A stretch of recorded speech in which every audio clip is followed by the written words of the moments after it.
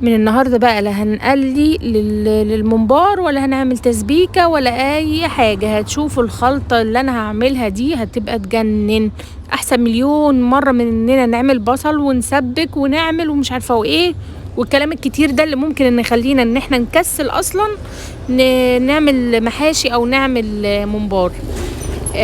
زي ما انتوا شايفين الممبار حاجة كده تجنن، وكانت ريحته تجيب لغاية اخر الشارع. بسم الله ما شاء الله كان رهيب.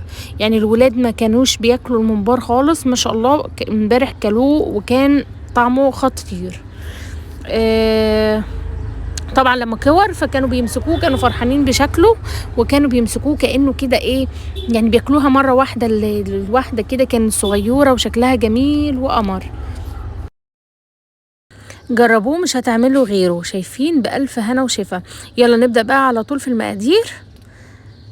معايا هنا الرز بتاعي هغسله، هحط كيس او نص كيس زي ما انتوا هتعملوا بقى الكمية، انتوا ونظركم بقى وانتوا اللي شايفين.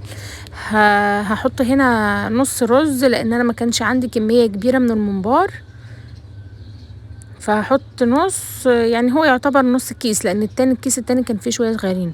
ورحت غسلتهم بقى زي ما انتوا شايفين كده، غسلتهم غسلة حلوة قوي ونزلت وصفيتهم. اهم حاجة تصفوا الرز كويس علشان ما يبقاش فيها ميه لما تتحط جوه الممبار. يعني هتشوفوا هنمشي ازاي كده مع بعض واحده واحده. وهنجيب بقى طماطمتين كده حمر كده ويكون لونهم حلو، وهنقطعهم تقطيعه صغيره كده زي ما انتوا هتشوفوا معايا. والله انا كنت مكسله اصلا اعمل الممبار، بس كنت مطلعاه من قبلها بيوم كده، قلت هعمله واحطه في الفريزر. بس رحت قلت لا خلاص انا هعمله كده، الرز ني في ني والخلطه ني في ني ونجرب. كنت اول مره اعملها في حياتي وطلعت فعلا خطيره. ان شاء الله هعمل باقي المحاشي وكل حاجه كده بنفس الطريقه، وانتوا كمان جربوها هتبقى تحفه وجنان. هتحطوا كمية طماطم بس ما تحطوش كمية كبيرة، يعني حطوا مثلا لو نص كيس حطوا طماطمتين صغيرين كده او متوسطين. وعندي كده ربطة شبت وربطة كزبرة على بقدونس، حاجة كده برضو ايه تخلي الريحة مفحفحة وريحة جنان ريحة الشبت في الحاجة كده. عندي ربطة هنزل بيها. الشبت ده من الحاجات اللي ريحتها بتبقى تحفة في الأكل. حطيتها طبعا عليهم زي ما انتوا شايفين. وهحط يعني بصلايه كده كبيره، او زي ما انتوا بتحبوا بصل كتير او قليل فيه، برضو دي حاجه اختياري. انا حطيت بصلايه متوسطه كده لان انا كنت زي ما قلت لكم حاطه نص كيس رز او كيس الا ربع. وهنحط حبة زيت حلوة كده زي ما انتوا شايفين. لازم المادة الدهنية دي لازم تحطوا زيت، انا حاطة زيت ذرة طبعا، انا ما بستخدمش غيره او كريستال عافية او كريستال. وهنحط طبعا التوابل، الملح مظبوط، وهنحط فلفل اسود وبهارات المحشي من ويلز وشوية كمون بس كده.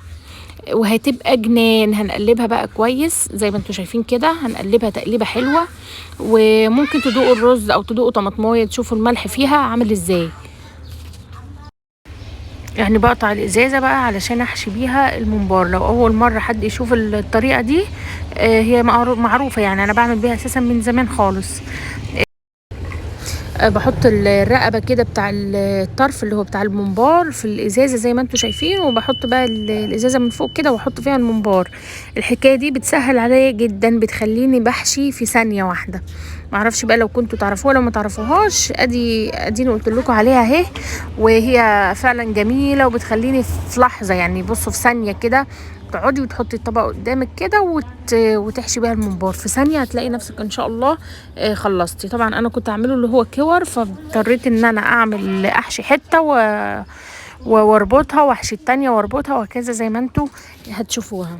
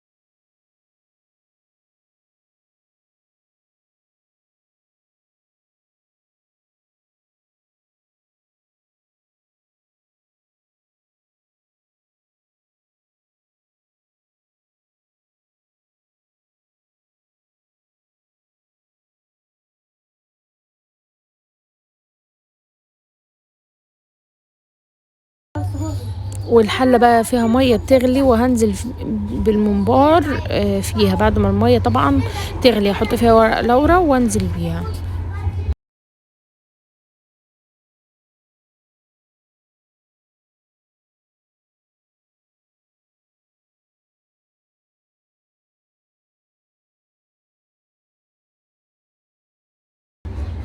هنا كان الممبار اتسلق، هتشوفوه وانا بطلعه، هتشوفوا شكله بقى عامل ازاي، ولما حمره حاجه كده والله جنان ما شاء الله يعني.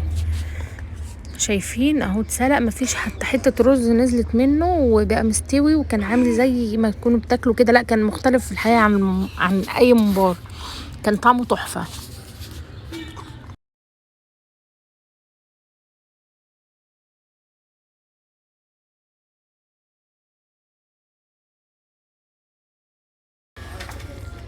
اهو كنت طلعته ما شاء الله، شايفين عامل ازاي، وشايفين البتنجان ده، بتنجان هناكله جنبه، عملت ملوخيه وبتنجان وبألف هنا يعني.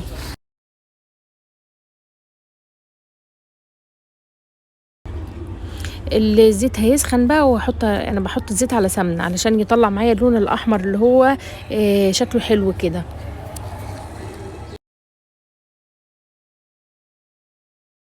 وهنا اهو كنت طلعته، شايفين شكله كان تحفه ازاي، وهقطعه وهيكون فظيع يعني ما شاء الله. والرز كان فيه مستوي ودايب وتحفه، مع العيش طبعا، مع العيش البلدي بتاعنا السخن، والملوخيه والبتنجان، وبألف هنا وشفا.